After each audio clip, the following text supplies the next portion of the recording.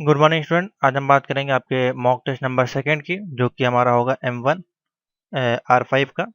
और M1 R4 वाले भी देख सकते हैं, दोनों के लिए इम्पोर्टेंट है क्योंकि सिलेबस दोनों का लगभग सेम ही है। कुछ जो जो क्वेश्चन होंगे, एक दो क्वेश्चन होंगे वो आपको न्यू मिलेंगे, बाकी दोनों का लगभग सिलेबस सेम ही है। बस अंतर इतना है कि आपके में लिब्रा ऑफिस है और आपके में R5 वाले में लिब्रा ऑफिस है, R4 वाले में आपका MS ऑफिस है। ठीक है, इतना अंतर है आपका, बाकी लगभग सिलेबस सेम ही है। तो चलिए देखते हैं आज का जो मॉक टेस्ट अवेलेबल है, वो आपको पेपर क्वेश्चन अवेलेबल नहीं मिलेगा, तो वो नए क्वेश्चन है उनको जरूर देखें। पहला क्वेश्चन था वो मैंने सिलेबस के अनुसार आपको सॉल्व करवा दिया था। दूसरा पेपर सेट हमारे पास स्कैन करके कॉपी आई है, तो इसको हम सॉल्व करवाएंगे और इसकी पीडीएफ नहीं मिलेगी आपको, इसको आपको इसी में तैयार करना है वीडियो में। और अगर पूरा सेट मैं बना दूंगा तो नेक्स्ट ईयर आपको इसको परचेज करने को मिल जाएगी। तो चलिए देखते हैं। और इससे पहले आपको बता दें, हमारे पास OMR सीट अवेलेबल है, जो कि आपको नीलेट में मिलती है सेम उसी तरह से। तो उसको मैंने आपको प्रोवाइड करा दूंगा, जिससे कि आप जब प्रैक्टिस किया करें तो इसमें इसकी 5 से 6 कॉपी आप इसकी निकाल के रख लें और इसी में प्रैक्टिस किया करें। जैसे कि आपका देखिए M1 M2 है, तो यहाँ पे लिखा रहेगा आपका M1 M2 M4 इस प्रकार से। ये ओल्ड वाली है, अभी न्यू वाली हमारे पास अवेलेबल नहीं हुई है, तो न्यू वाली हम बना देंगे, जल्दी आपको मिल जाएगी। तो उस और ए लेवल वाले हैं, यहाँ रजिस्ट्रेशन नंबर आपको लिखना है अपना, इधर रोल नंबर और डेट ऑफ एग्जाम लिखना है, डेट ऑफ बर्थ ना लिखें, इसमें काफ़ी लोग गलती करते हैं। और कौन सा पेपर है आपका, IT टूल से तो IT टूल लिखें, सी लैंग्वेज, इस प्रकार से पूरा मॉड्यूल का नाम लिखना होता है आपको, आपके पेपर में लिखा रहता है। और यहाँ पे सिग्नेचर ऑफ इन जो आपके टीचर आएंगे कमरे में उनका साइन होगा। बाकी यहाँ पे आप मल्टीपल चॉइस के आंसर यहाँ पे टिक करें। ठीक है, इस प्रकार से दिया है, तो इसको मैं आपको दे दूंगा। तो चलिए पहला क्वेश्चन देखते हैं। और गेस्ट पेपर मैं आपको बता दूं, चारों अवेलेबल हो गए, इनको मैं कन्वर्ट कर रहा हूँ हिंदी में। अभी इंग्लिश के चारों सेट अवेलेबल हैं, हिंदी में भी आपको आजकल में मिल जाएगा, जिसको भी चाहिए होगा तब मैं हिंदी में उसको कन्वर्ट कर दूंगा। तो मैं फीस बता दे रहा हूँ, आपकी 200 रुपये आपकी फ़ीस है गेस्ट पेपर की, M1 M2 और M4 की, और M3 की आपकी पाइथन की आपकी 300 में आपको 2 PDF मिलेंगी। ठीक है, तो इस प्रकार से आप मुझको परचेज कर सकते हैं 7007659485 पे मैसेज करके परचेज कर सकते हैं। मैं आपको दिखा देता हूँ। चलिए मैं आपको IoT की अपनी बता देता हूँ किस प्रकार से हमने गैस पेपर बनाया है। तो देखिए इस प्रकार से आपको गैस पेपर मिलेगा, पूरा इसमें एक्सप्लेनेशन होगा, एग्जांपल होगा, शॉर्ट में क्वेश्चन होगा। देखिए और मैंने कोशिश की है कि 100 पेज के अंदर ही इसको कंप्लीट किया जाए, तो लगभग सभी जो PDF है लगभग 100 पेज के अंदर कंप्लीट है। देखिए इसमें 52 के अंदर मैंने कंप्लीट कर दिए, छोटे लॉन्ग शॉर्ट इसमें 71 पेज हैं और पाइथन में आपके 87 पेज हैं। तो लगभग सभी को मैंने 100 के अंदर रखा है, जिससे कि आपको ज़्यादा पेज ना प्रिंट करने पड़े। तो चलिए अब देख लेते हैं फटाफट मॉक टेस्ट नंबर 1। OMR, यहाँ पे आपको OMR नंबर डालना है, answer sheet number, roll number और नेम ऑफ कैंडिडेट और सिग्नेचर। ठीक है, हिंदी इंग्लिश दोनों का सेट अवेलेबल है। तो पहला क्वेश्चन देखते हैं, इसमें 1.1 है, what is the which is the technology used in the evolution of aptitude test. Aptitude test क्या होते हैं, आपके OMR बेस्ड जो टेस्ट होते हैं आपके, वो आपके एप्टीट्यूड टेस्ट कहलाते हैं, यानी कि मॉक टेस्ट। जैसे कि मैंने अभी आपको सीट दिखाई थी, इस प्रकार से सीट मिलती है, उसमें आपको ABCD टिक करने गोले फिल करने होते हैं, तो उसी को एप्टीट्यूड टेस्ट बोलते हैं। तो उसके मूल्यांकन के लिए हम लोग किसका यूज करते हैं, तो आपको आंसर यही देख के पता चल जाएगा। इसमें क्या रखना पड़ेगा आपको, OCR दिया है, OMR, MICR या MCR। तो OMR ही होता है आपका एप्टीट्यूड टेस्ट के लिए हम लोग जो यूज करते हैं, तो सिंपल सा ऑप्शन बनेगा 1.1 का बी। लेकिन इसका आपको फुल फॉर्म पता होना चाहिए, ऑप्टिकल मार्क रीडर, ये आपको मोस्ट इंपॉर्टेंट है। यहाँ पे शॉर्ट कभी कभार आपको OMR का फुल फॉर्म पूछ लेता है, तो इसका फुल फॉर्म आपको पता होना चाहिए, ऑप्टिकल मार्क रीडर। ठीक है, इसकी मशीन होती है, डिवाइस होती है, इससे हम लोग इसको चेक करते हैं। नेक्स्ट क्वेश्चन पे चलते हैं। Main security of internet banking is, यानी कि इंटरनेट बैंकिंग मुख्य सुरक्षा किससे होती है, बताइए। इंटरनेट बैंकिंग जब हम करते थे, उसमें हमारा पासवर्ड इंपॉर्टेंट है, यूज़र नेम, यूज़र एड्रेस या फिर मोबाइल नंबर। तो देखिए जब हम इंटरनेट बैंकिंग करते हैं तो वहाँ पे आपको दो चीज़ें देखने को मिलती हैं। जब आप ऑनलाइन जाएंगे बैंकिंग की वेबसाइट पे, वहाँ पे लॉगिन करेंगे, तो आपको सिर्फ दो ही चीज़ देखने को मिलेंगी। पहला आपका रहेगा यूज़र नेम या यूज़र आईडी आपकी जो भी होगी, और दूसरा होगा पासवर्ड। तो आप किससे प्रोटेक्शन करेंगे, यूजर यूजर आईडी अगर किसी को पता होगी तो क्या वो आपका पासवर्ड पता कर सकता है, नहीं पता कर सकता है। तो मोस्ट इंपॉर्टेंट क्या है, यूजर एड्रेस तो वहाँ पे पूछा नहीं जाता है, मोबाइल नंबर भी पूछा नहीं जाता है कभी भी, वो मोबाइल नंबर पे OTP आता है। लेकिन यूज पासवर्ड जो है मोस्ट इंपॉर्टेंट, अगर यूजर नेम पता चल गया और पासवर्ड उसने डाल दिया, तो फिर आप वो आपका आराम से उसको क्रैक किया जा सकता है। तो मेन जो है इसमें कौन सा चीज़ होता है, पासवर्ड आपको नहीं बताना है, पासवर्ड को आपको बचा कर रखना है। मोबाइल नंबर बाद में आता है, जब OTP की जरूरत पड़ती तब हम कह सकते हैं। OTP की सिक्योरिटी के लिए मोबाइल नंबर आपको नहीं बताना है। तो ये अलग चीज़ है। ठीक है, यहाँ पे पूछा गया मेन सिक्योरिटी इंटरनेट बैंकिंग में आपको 2 ही ऑप्शन मिलते हैं यूज़र नेम और पासवर्ड का। तो मेन आपका है पासवर्ड, जिससे कि आपकी सिक्योरिटी बनती है। तो ऑप्शन बनेगा आपका ए। क्वेश्चन नंबर थर्ड है फुल फॉर्म ऑफ डीएफटी। अब देखिए नया क्वेश्चन आया यहाँ पे, डीएफटी का फुल फॉर्म अभी तक नहीं पूछा गया था, तो इस बार पूछा गया है। तो देखिए क्या ऑप्शन होना चाहिए, डीएफटी का फुल फॉर्म बताएं आपको अगर पता हो तो। अब ये इसलिए पूछा गया डीएफटी का फुल फॉर्म क्योंकि देखिए नया चैप्टर एक ऐड हुआ है आपका फाइनेंशियल का। तो डीएफटी का फुल फॉर्म मैं अभी आपको यहाँ पे दिखाता हूँ। देखिए आपको क्या आंसर मिलता है और आपको समझ में भी आएगा डीएफटी फुल फॉर्म। अब ये क्या होता है ये आपको पता होना चाहिए, जो कि मोस्ट इंपॉर्टेंट है। अब देखिए यहाँ पे जो निकल के आया, देखिए क्या लिखा है, ड्राई फिल्म थिकनेस। लेकिन ये गलत है, क्योंकि अब देखिए अब हम इसको बैंकिंग में ले आकर ढूंढते हैं। तो देखिए आपको क्या लिखा है, डायरेक्ट फंड ट्रांसफर। अब क्या ये ऑप्शन यहाँ अवेलेबल है? तो ऑप्शन है 1.3 का डायरेक्ट फंड ट्रांसफर, ऐसा कोई ऑप्शन यहाँ पे अवेलेबल नहीं है। देखिए यहाँ पे तो ऑप्शन आप क्या लगाएंगे फिर? यहाँ पे देखिए डायनेमिक फाइनेंशियल टूल दिया है, डिजिटल फाइनेंशियल टूल है या डिजिटल फंड टूल है, और आपका जो बैंकिंग में क्या है, डायरेक्ट फंड ट्रांसफर यहाँ पे आया है। देखिए और भी इसके फुल फॉर्म हो सकते हैं, मैं आपको दिखाने की कोशिश करता हूँ। तो इसका एक इसमें जो ऑप्शन बनेगा इसके अनुसार डिजिटल फाइनेंशियल टूल्स ऑप्शन बनेगा। देखिए मैं इसको सर्च करता हूँ अभी यहाँ पे, कंफ्यूज ना हो, क्योंकि तमाम अगर आप सर्च करेंगे गूगल पे आपको एक बार में नहीं मिलेगा। डिजिटल फाइनेंशियल टूल्स, तो देखिए ये इसका जो है फुल फॉर्म होगा। आईएफसी में इसको यूज़ करते हैं, digital financial tool collection of both best publicly information and original content. ठीक है, तो ऑप्शन क्या बनेगा, digital financial tools.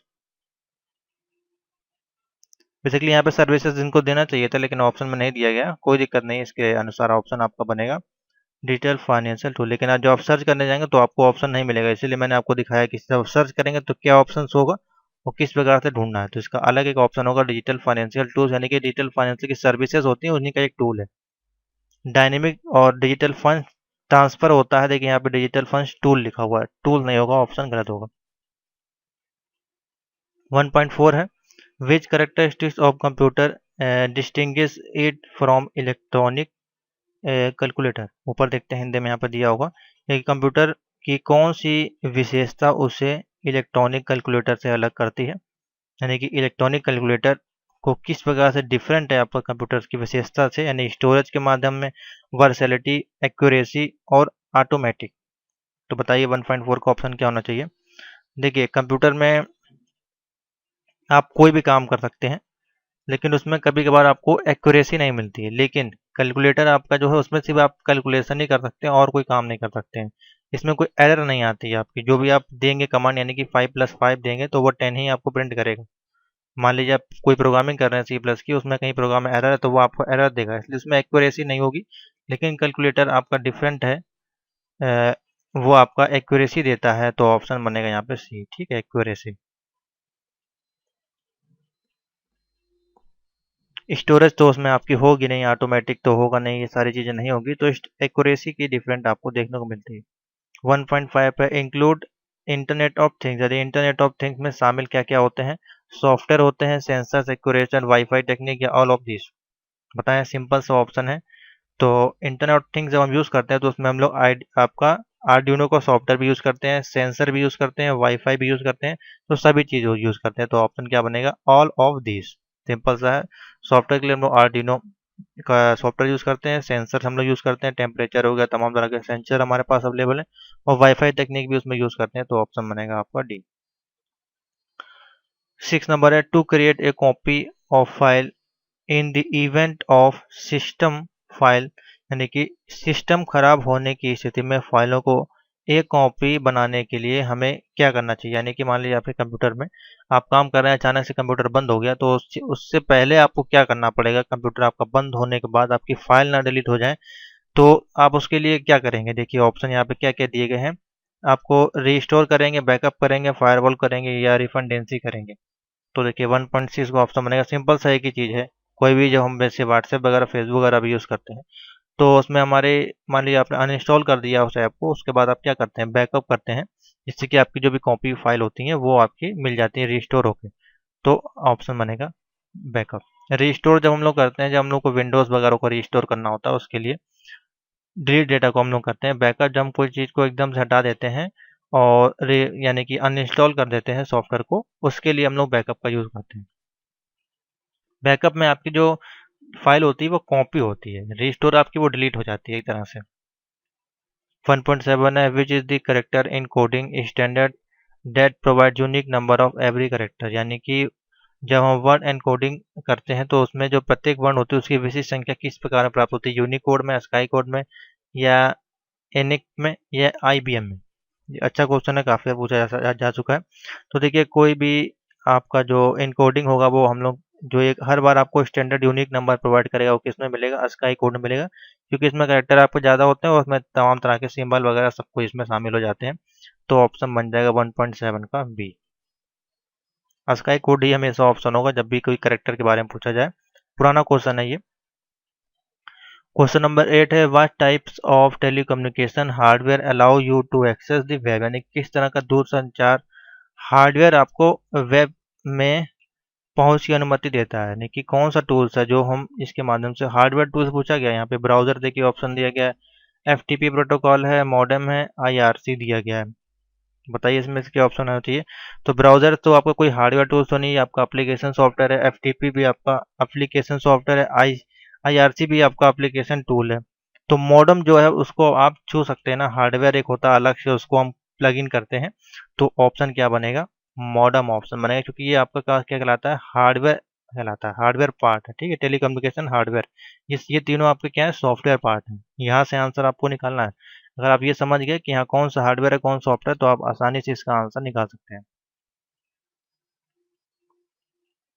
Question number 9 है what is a smart factory, smart factory आपकी क्या होती है। तो 1.9 में ऑप्शन देखिए कहाँ गए हैं, हाँ ये है। स्मार्ट फैक्ट्री आपकी क्या होती है उसको आपको बताना है। तो देखिए ऑप्शन क्या दिए गए हैं यहाँ पे, factory and logistic system that will operate and organise themselves without human instruction, या रोबोट जो लोगों की जगह, या ए और बी दोनों। तो बहुत अच्छा क्वेश्चन है, यानी कि कोई फैक्ट्री है उसको आप स्मार्ट किस प्रकार से बना सकते हैं, यानी कि आप विदाउट आदमी के उसमें वर्क कराएंगे, या फिर आप आदमी की जगह रोबोट को लगा देंगे, तो कौन सी किस कारण से आपकी जो है वो अच्छी होगी। तो फैक्ट्री जो कि रोबोट लगाने से अच्छी नहीं होगी। इसमें जो ऑप्शन बनेगा मेरे अनुसार ए बनना चाहिए, factories and logistic system that will operate and organise themselves without human interaction, बिना होम, यानी कि कारखानों और लॉजिक सिस्टम में मानव के बातचीत के बिना खुद को संचालित व्यवस्था करेंगे। तो ऑप्शन बनेगा ए, ना कि इसमें रोबोटिक्स ना लगाएं। लास्ट क्वेश्चन है इसमें, अच्छा क्वेश्चन है, देखते हैं क्या है। To cut text from the document press the key, दस्तावेज। अब कट करने का बेसिकली आपका फुल फॉर्म पूछा गया है, बहुत ही सिंपल है।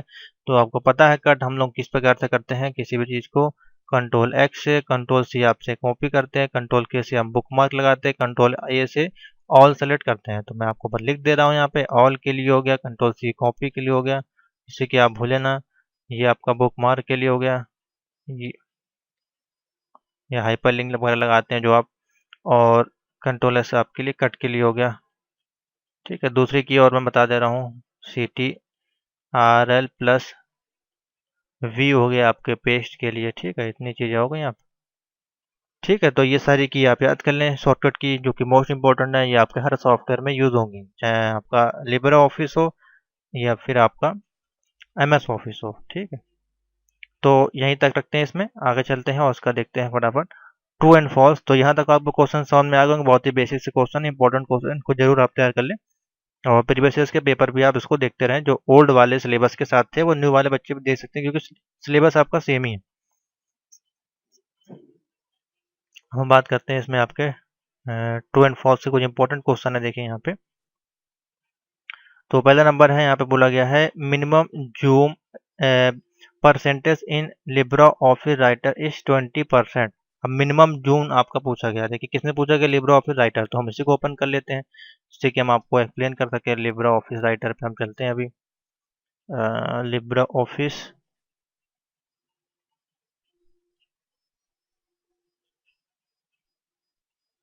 लिब्रा ऑफिस राइटर को हमने ओपन किया। इसमें बोला है मिनिमम जूम परसेंटेज हमारा कितना होता है, 20 होता है, उसके बाद आप कर सकते हैं। यानी कि बाय डिफ़ॉल्ट जो होता है क्या 20 होता है इसमें। तो देखिए मिनिमम हम करते हैं इसको, तो देखिए 20 तक ही गया। देखिए यहाँ पे दिया है 20, इससे नीचे नहीं जा रहा। अगर हम यही बात करें आपके वर्ड को भी ओपन करते हैं, देखते हैं इसमें आपका मिनिमम कितना जाता है। तो आप वर्ड वाला ऑप्शन लगा दें। देखिए इसमें अलग है, इसमें देखिए कहाँ तक जाता है मिनिमम, इसमें आपका 10 तक जाता है। ठीक है, तो ये अंतर है काफ़ी बड़ा। वर्ड में हमारा दोनों का सीख लें, कोई दिक्कत नहीं है। वर्ड में हमारा जो मिनिमम जाता है वो 10 जा रहा है देखिए। और लिब्रे ऑफिस में आपका, लिब्रे राइटर में आपका कितना जा रहा है 20। ठीक है, 20% मिनिमम जा रहा है। अब मैक्सिमम भी देख लें अगर क्वेश्चन पूछा जाए तो, मैं दोनों का मैक्सिमम बता दे रहा हूँ। तो एम एस वर्ड में आपका मैक्सिमम जा रहा है 500। ठीक है, इसमें जा रहा है आपका 500। और इसमें देखिए कितना जा रहा है, इसमें आपका 600 जा रहा है। ठीक है, लिब्रा ऑफिस में 600 जा रहा है। ठीक है, दोनों का अंतर मालूम पड़ गया किस प्रकार से है, तो ये आपका डिफरेंट है।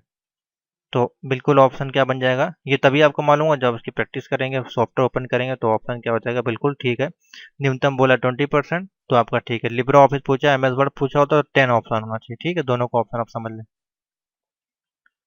क्वेश्चन नंबर सेकंड है, a client server network is a network in which only one computer in a server provides services to the other computer which is called client। यानी कि एक सर्वर से जब हम जुड़े हैं, दूसरे सर्वर से जब हम कनेक्ट होते हैं, और उसको हम फिर कनेक्टिविटी को हम क्या कहते हैं, क्लाइंट कहते हैं। जो दूसरा सर्वर से आप सेवाएं जो प्रदान करते हैं उसको हम क्या क्लाइंट कहते हैं।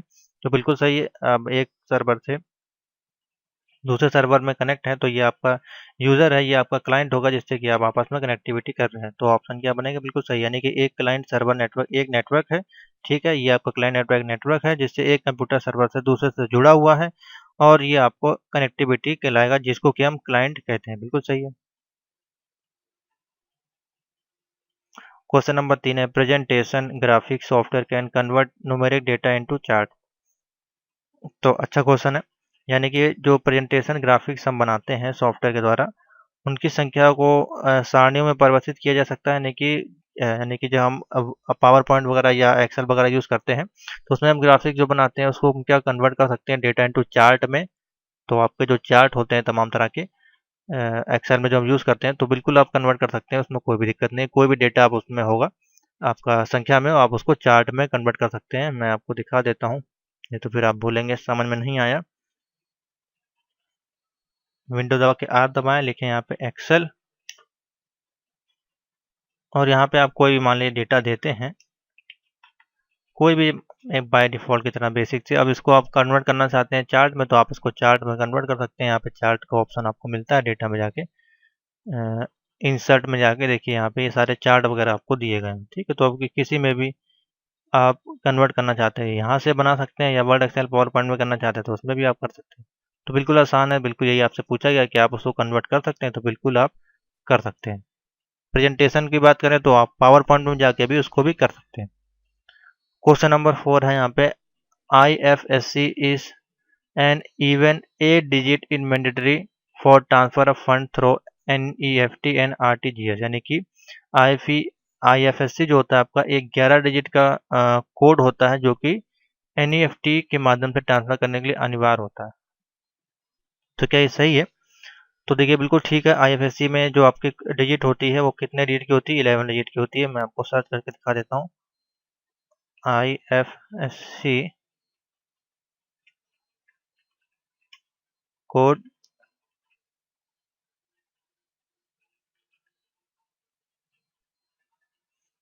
तो देखिए यहाँ पे लिखा हुआ 11 डिजिट के आपको नंबर देखने को मिलते हैं। ठीक है, यहाँ पे चेक में भी आपका समझाया गया है, इसके माध्यम से भी आप देख सकते हैं। 11 डिजिट का बेसिकली आपको इसमें जो है कोड देखने को मिलता है, जिसको पहला होता है आपका चेक नंबर, दूसरा आपका MICR होता है। देखिए IFSC कोड यहाँ पे आपका लिखा होता है इस प्रकार से, और उसके आगे देखिए लिखा हुआ है RTGS और NEFT ट्रांसफर के लिए। तो कितने डिजिट का होता है, 11 डिजिट का।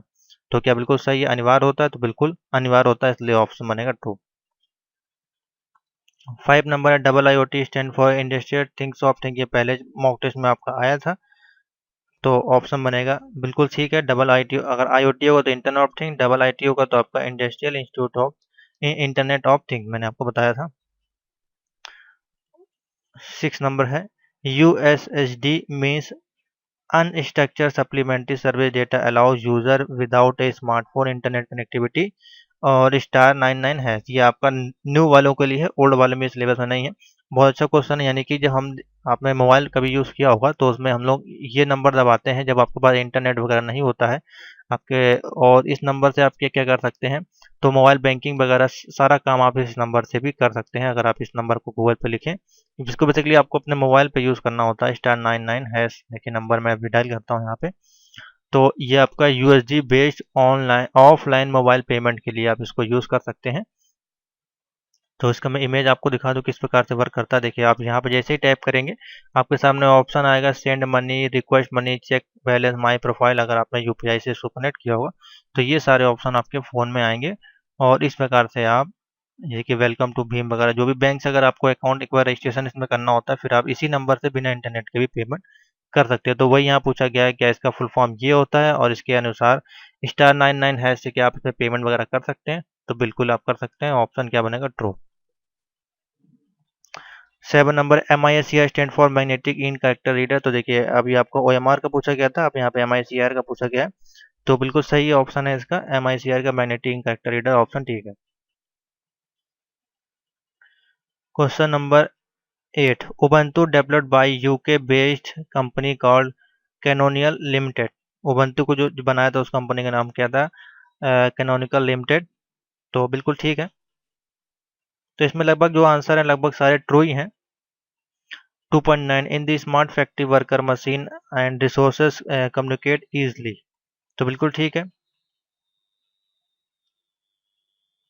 नेक्स्ट क्वेश्चन है इसमें Ubuntu desktop OS can also work server but Windows, जो विंडोज डेस्कटॉप होते हैं does not support any server. तो क्या ये फॉल्स है या ट्रू है, बताइए। यानी कि उबंटू को जो हम यूज़ करते हैं तो उसको हम ऑपरेटिंग सिस्टम के रूप में यूज़ कर सकते हैं और सर्वर पर भी यूज़ कर सकते हैं, लेकिन जो विंडोज़ हमारे यानी कि विंडोज 7 XP 10 ये वगैरह है उसको हम सर्वर में आपके सपोर्ट करते हैं कि नहीं। तो बिल्कुल सही है, सपोर्ट नहीं करते हैं। आपके उबंटू या लाइनस वगैरह ही हमको यूज़ करनी पड़ती है अगर हमको सर्वर पर यूज़ करना है, कोडिंग करनी है। तो उसमें आपके विंडोज़ वर्जन को कभी आपने यूज़ करते हैं देखा होगा, हमेशा लिनक्स होगा, उबंटू होगा, या अदर किसी विंडोज़ को हम लोग यूज़ करते हैं कोई भी प्रोग्रामिंग लैंग्वेज को सीखने के लिए। तो ऑप्शन बनेगा ट्रू यानी कि उबंटू। ठीक है। तो ये थे आपके M1R5 के ऑप्शनल और ट्रू एंड फॉल्स। आशा करते हैं आपको समझ में आ गए होंगे। बेसिक से क्वेश्चन थे, इसी के अंदर आंसर थे आपके, खाली आपको पढ़ना था, समझना था। आगे चलते हैं इसका और देखते हैं इसके नेक्स्ट वीडियो में आपका मैच द कॉलम और फिल इन द ब्लैंक्स। तो चलिए स्टूडेंट्स इसी में आगे चलते हैं M1R5 आपके मॉक टेस्ट से सितंबर एग्जाम के लिए और जनवरी एग्जाम के लिए। तो इसमें हम बात करेंगे हम आपके मैच द कॉलम। देखिए क्वेश्चन आपके स्क्रीन पे हैं, बहुत अच्छे क्वेश्चन है, इजी क्वेश्चन है। पहला क्वेश्चन देखिए इसमें क्या पूछा गया है। First all electronic computer was, यानी कि पहला इलेक्ट्रॉनिक कंप्यूटर कौन सा था। तो इसके लिए आपको हिस्ट्री में जाना पड़ेगा, इसकी बहुत ज़्यादा बेसिक से क्वेश्चन पूछ लिया गया है। तो ऑप्शन बनेगा आपका Mark 1, और इसके अलावा कोई इसमें ऑप्शन आपको देखने को नहीं मिलना चाहिए फिलहाल। अगर आप देखें ऑप्शन तो एक ही नाम है आपका Mark 1 जो था आपका पहला इलेक्ट्रॉनिक कंप्यूटर था, ऑप्शन बनेगा ए। एक ये भी नाम है लेकिन इस पर आप टिक ना करें, ये ऑप्शन गलत हो जाएगा। ठीक है। इस super computer speed measure in, यानी सुपर कंप्यूटर की स्पीड जो हम लोग नापते हैं वो किस में नापते हैं वो पूछा गया है। तो अच्छा क्वेश्चन है। तो देखिए यहाँ पे कोई सबसे पहले आपको देखना पड़ेगा स्पीड है, तो स्पीड नापने के लिए क्या कोई डिजिट आपको दी गई यहाँ पे, तो देख सकते हैं कोई डिजिट नहीं दी गई है। लेकिन डिजिट नहीं दी गई, लेकिन उसका एक फॉर्मूला यहाँ पे दिया गया है, यानी कि नैनो सेकेंड और पिको सेकेंड। यहाँ पे देखिए दो नाम दिए गए, तो ये आपके नापने की क्षमता वाले डिजिट कहला सकते हैं।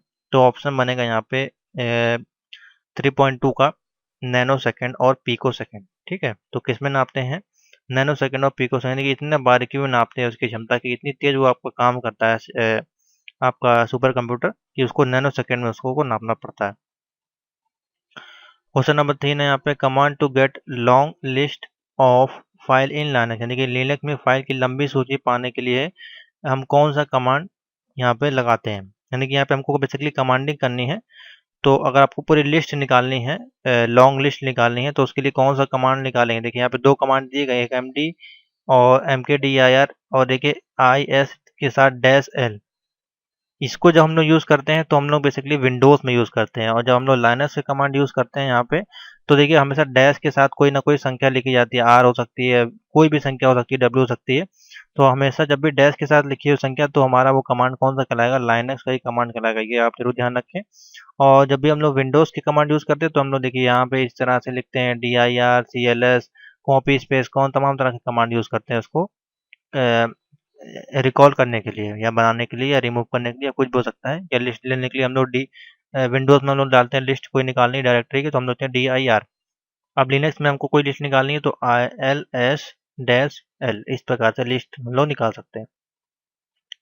4 नंबर है यहाँ पे, कंप्यूटर है सेवरल एडिशनल स्टोरेज लोकेशन, यानी कंप्यूटर में अनेक अतिरिक्त स्टोरेज लोकेशन हैं जो कहलाते हैं आपके, क्या कहलाते हैं बताइए।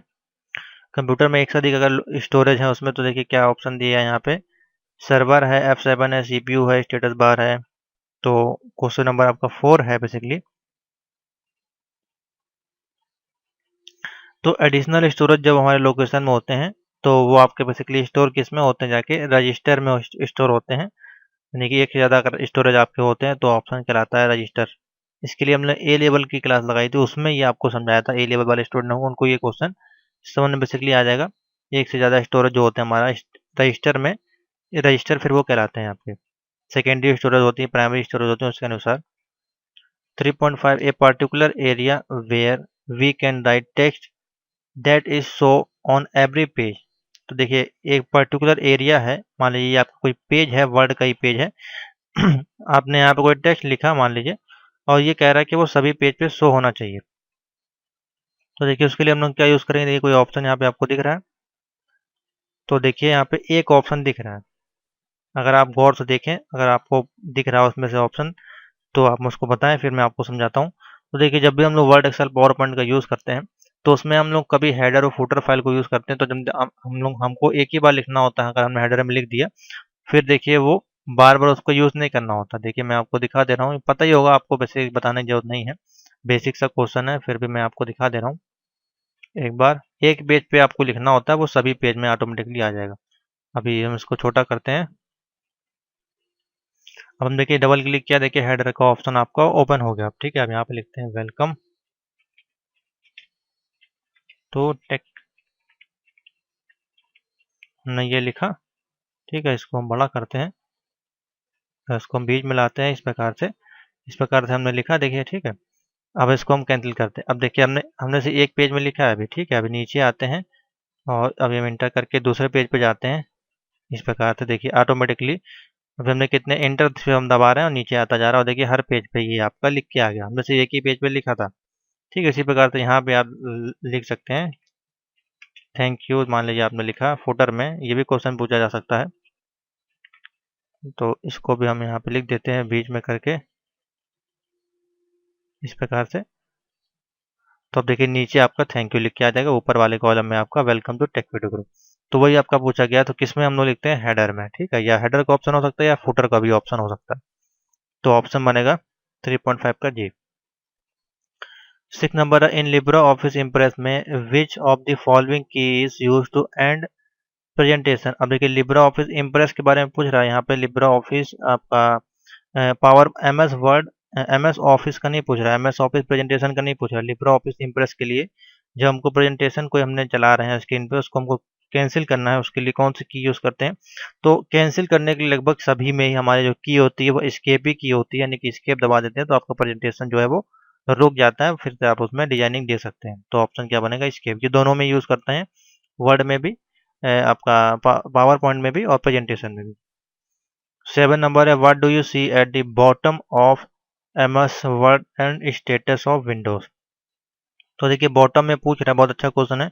मान लीजिए हमने ये ओपन किया है, तो आपका पूछ रहा है बॉटम में जो हम लोग देखते हैं वो क्या चीज़ देखते हैं। तो देखिए अब इसके बॉटम में क्या चीज़ है, ये है, इसको हम लोग क्या बोलते हैं, वर्ड हो चाहे जो भी हो, आपका जो भी सॉफ्टवेयर है, ये आपका क्या कहलाता है, स्टेटस बार बेसिकली कहलाता है। देखिए ऑप्शन यहाँ पे दिया होगा स्टेटस बार, ठीक है, दिया है ऑप्शन की नहीं, यानी कि बॉटम में हमारा क्या होता है, वर्ड राइटर विंडोज़ में, विंडोज़ इसलिए यहाँ पे दिया गया, ठीक है, विंडोज़ यानी कि आपका जो सॉफ्टवेयर चल रहा है उसमें हमारा क्या होता है, स्टेटस बार, जो कि ये आपको बताता है कितने पेज चल रहे हैं, कितने वर्ड है, ये आपको बताता है।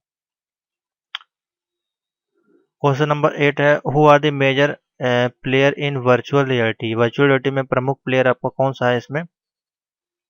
3.8 का देखिए ऑप्शन क्या बनना चाहिए। तो देखिए वर्चुअल रियलिटी यानी कि इसका फुल फॉर्म अगर कहें तो वीआर होता है। वीआर का ऑप्शन देखिए यहाँ पे ऑप्शन दिया गया ऑक्लूस रिफ्ट, ऑक्लूस वीआर। तो ये देखिए ऑप्शन दिया गया, तो यही ऑप्शन आपका बनेगा बेसिकली, और कोई ऑप्शन इसमें मैच नहीं करेगा। तो वर्चुअल रियलिटी के लिए हम लोग वीआर का यूज़ करते हैं। ऑक्लूस यानी कि ऑक्लूस का मतलब होता है आपका चश्मा। एक ये आपका पोर्तुगेज वर्ड है, स्पेनिश वर्ड है। ऑक्लूस तो कहते हैं Oculus VR, Oculus Rift and Facebook. तो ये ऑप्शन बनेगा आपका 3.8 का E. 3.9 a software for locating and managing storage web pages, यानी कि कौन सा लोकेशन के लिए हम लोग। अच्छा क्वेश्चन है ये भी 3.8 का, सॉरी 3.9 है सॉरी आपका। तो देखिए ये सॉफ्टवेयर आपको बताना है और लोकेशन आपको निकालनी है, उसको मैनेज करना है। तो देखिए सारा काम किसको का, अगर आपको सर्वर लगा होगा यहाँ पे तो सर्वर के माध्यम से आप, सर्वर जो लगा इसमें आप लोकेशन ही पता कर सकते हैं उसकी आईपी एड्रेस से, या उसकी मैक एड्रेस से उसकी लोकेशन पता कर सकते हैं। और उसमें आपको क्या करना है, स्टोरेज करना है, तो आप स्टोरेज भी इसमें कर सकते हैं। तो किसके माध्यम से होगा सारा काम, सर्वर के माध्यम से। तो ऑप्शन बनेगा जे सर्वर। एक command can create directory, command अगर आपको करना है और डायरेक्टरी क्रिएट करनी है, तो देखिए मैंने अभी आपको एक डायरेक्टरी दिखाई थी। डायरेक्टरी हम लोग यूज़ करते हैं कमांडिंग के लिए, वो आपकी विंडोज़ में यूज़ करते हैं। तो एमडी और mkdir यानी कि मेक डायरेक्टरी, मेक डायरेक्टरी इसका फुल फॉर्म होता है। तो ऑप्शन बनेगा ए। तो देख सकते हैं कितने बेसिक से क्वेश्चन है, अच्छे क्वेश्चन है। आशा करते हैं आपको समझ में आ गया होगा, मैंने एक्सप्लेन कर दिया अच्छे से, इसीलिए आगे चलते हैं। इसी में हमारे पास है अब लेवल आपके, ये ऑप्शनल है आपके, और इसके नीचे आते हैं तो हम देखते हैं फिल इन द ब्लैंक्स। पहला क्वेश्चन देखते हैं, किसी प्रेजेंटेशन को प्रिंट करने के लिए कीबोर्ड में संयोजन किया जाता है, यानी कि the keyboard combination key print can be use to open a presentation file. Open करनी है आपको कोई प्रेजेंटेशन फाइल, उसके लिए हम लोग क्या यूज़ करेंगे। तो देखिए आपको प्रेजेंटेशन फाइल को ओपन करनी है, यहाँ पे आपको कोई नई फाइल या कोई नया स्लाइड हमको नहीं करनी है, हमको प्रेजेंटेशन फाइल ओपन करनी है। ओपन करने के लिए हम लोग एक ही शॉर्टकट की यूज़ करते हैं, कंट्रोल ओ। कोई नई फाइल को ओपन, बनी बनाई फाइल हमारे पास रखी हुई, उसको ओपन करना है, उसके लिए हम लोग क्या यूज़ करेंगे, कंट्रोल ओ। इसमें कुछ चीज़ें की वर्ड अलग होते हैं, यानी कि न्यू फाइल अगर ओपन करनी तो कंट्रोल एन है, और न्यू स्लाइड अगर बनानी तो कंट्रोल एम का यूज़ करते हैं। ये आप जरूर ध्यान रखें। 4.2 different stack in information processing and input processing. सूचना को प्रोसेसिंग के विभिन्न चरण होते हैं आपके। एक इनपुट होता है, प्रोसेसिंग होता है, ये सारा चीज़ें किसमें मिलकर बनता है, फिर आगे आपका क्या मिलता है इसमें, इनपुट और प्रोसेसिंग के बाद आपका क्या होता है। तो ये तो बहुत लॉजिक सा क्वेश्चन है, यानी कि पहला आपका जो सीपीयू होता है उसमें क्या होता है कि इनपुट होता है, ठीक है, फिर आपका प्रोसेसिंग होता है, फिर लास्ट में आपको क्या मिलता है, उसका प्रोसेसिंग होने के बाद आउटपुट मिलता है। तो ऑप्शन क्या बनेगा, आउटपुट। इनपुट प्रोसेसिंग आउटपुट, ये सारा किसमें होता है, सीपीयू में। 4.3 है, alignment button are available on the top bar. जो अलाइनमेंट बटन होती है आपकी, वो कहाँ पे आपको किस टूल बार में उपलब्ध होती है। तो अभी आपको दिखा देते हैं अलाइनमेंट बटन पे ले आके। तो अलाइनमेंट आपकी बेसिकली ये होती है, देखिए यहाँ पे दिया हुआ अलाइनमेंट लेफ्ट राइट सेंटर। देखिए पैराग्राफ का ऑप्शन इसमें दिया है, तो क्या है इसमें आपकी पैराग्राफ का ऑप्शन है, क्योंकि ये वर्ड का मैं आपको दिखा रहा हूँ। इसमें आपको जो पूछा गया है ये आपका फॉर्मेटिंग टूल बार इसमें बेसिकली ऑप्शन होगा, क्योंकि आपका लिब्रे ऑफिस है उसमें डिफरेंट ऑप्शन देखने को मिलते हैं। तो ऑप्शन क्या बनेगा यहाँ पे, तो आपको जब तैयार करें तो आपको पास ये सॉफ्टवेयर होना चाहिए, तभी आप इससे इसके क्वेश्चन तैयार कर पाएंगे। आप वर्ड एक्सेल को आप भूल जाएं, ओल्ड वाले लोग देख सकते हैं, जो न्यू वाले स्टूडेंट है वो आप राइटर पे ही आपको जाकर देखना पड़ेगा। ठीक है, इसमें ऑप्शन और मेन्यू आपको अलग मिलेंगे, शॉर्टकट कीज भी आपको डिफरेंट मिलेंगी, इसलिए मैंने इसकी नोट्स में डाल दी हैं, पीडीएफ में भी आपको दे दिया। ये दोनों सेम ही है, अपाचे ओपन यूज़ करें आप चाहें तो। और तो इसके लिए देखिए आपको फॉर्मेटिंग, इसमें बेसिकली मेनू दिए नहीं गए हैं। मैं आपको लिब्रे ऑफिस का ही ओपन करके दिखा देता हूँ।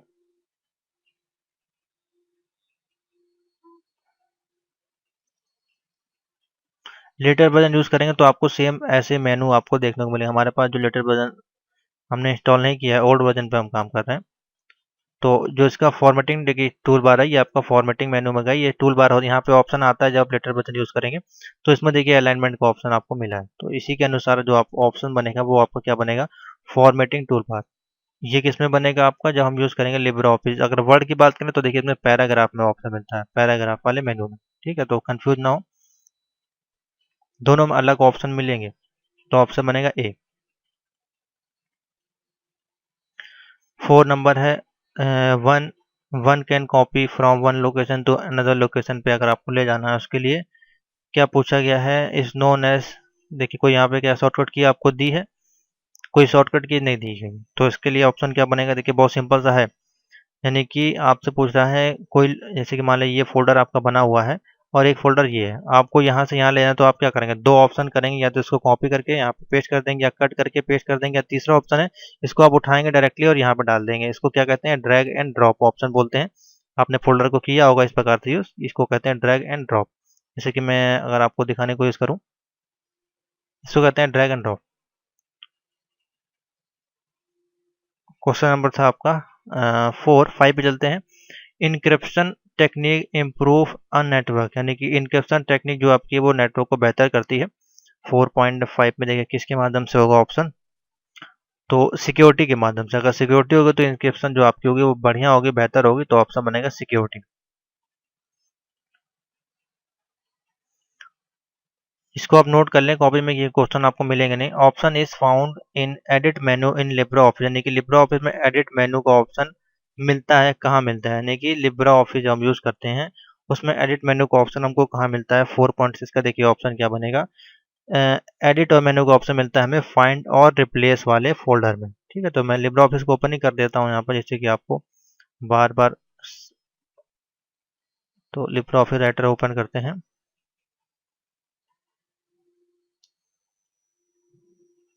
तो देखिए यहाँ पे एडिट मेनू में जाएंगे तो फाइंड एंड रिप्लेस और तमाम ऑप्शन आपको देखने को मिलेंगे, और यही इसमें पूछा गया कि हमको एडिट करना है। एडिट मेनू में हमको मिलता है फाइंड और रिप्लेस का ऑप्शन। 7 नंबर इस a multi user time sharing system, यानी कि एक multi user time sharing system आपका कौन सा है इसमें से 7 का, तो ऑप्शन बनेगा जी। 4.7 का लाइनक्स, जो कि मल्टी शेयरिंग है, मल्टी टाइम शेयरिंग है सिस्टम, सभी काम इसमें आप कर सकते हैं।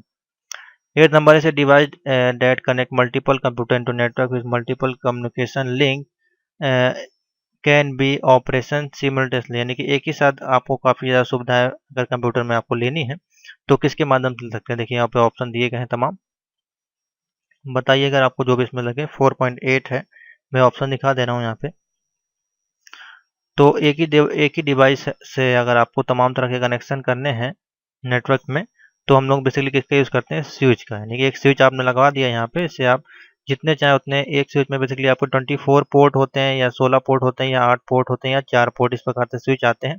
इससे आप 4 कंप्यूटर कनेक्ट कर सकते हैं, इससे आप 12-13 जितने भी जो लैब्स वगैरह हम लोग यूज़ करते हैं तो उसमें स्विच एक लगा देते हैं और ऊपर से एक लैन का कनेक्शन दे देते हैं, जिससे कि आप जितने चाहे उतने कनेक्शन वहाँ पे दे सकते हैं, मल्टी कनेक्शन। तो वही यहाँ पे बेसिकली पूछा गया था।